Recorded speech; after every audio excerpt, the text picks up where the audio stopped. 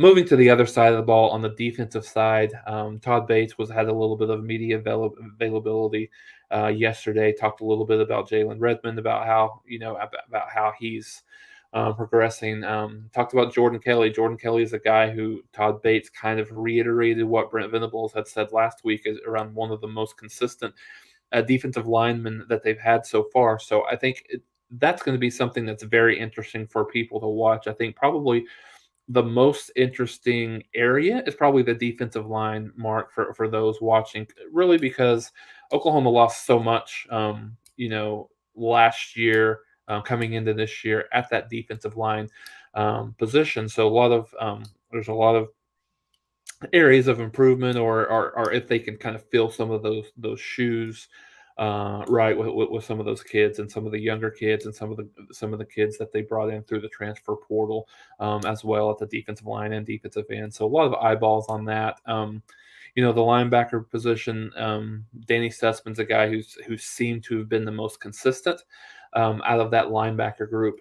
But I think maybe one of the most pleasant surprises overall in spring is how the defensive backfield has played, both kind of the corners and the safeties. And so I think watching that group is going to be interesting.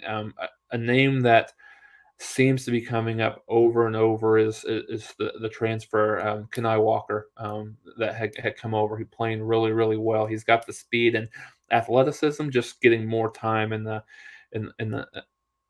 getting acclimated to the way that they like to play, the way the system, the scheme, and all of that stuff. And so I think that'll be really really interesting to watch for. And I think the Mark, just one thing it's really something that I've hit on a little bit, and then something that kind of continues to come up in conversations that I'm hearing about and things like that is around the learning curve that on both sides of the ball that all of these players are going to have to happen, is going to have to happen for some of these players, because really on both sides of the ball the scheme was there was not a whole lot of attention to detail through both sides of the ball for the last couple of years, and that's something that all of these coaches are kind of reiterating to these kids. So the improvement is there. They've seen the improvement from day one of camp to where they're at now. I think this is practice number 11 or number 12. I can't remember exactly, but somewhere in that neighborhood.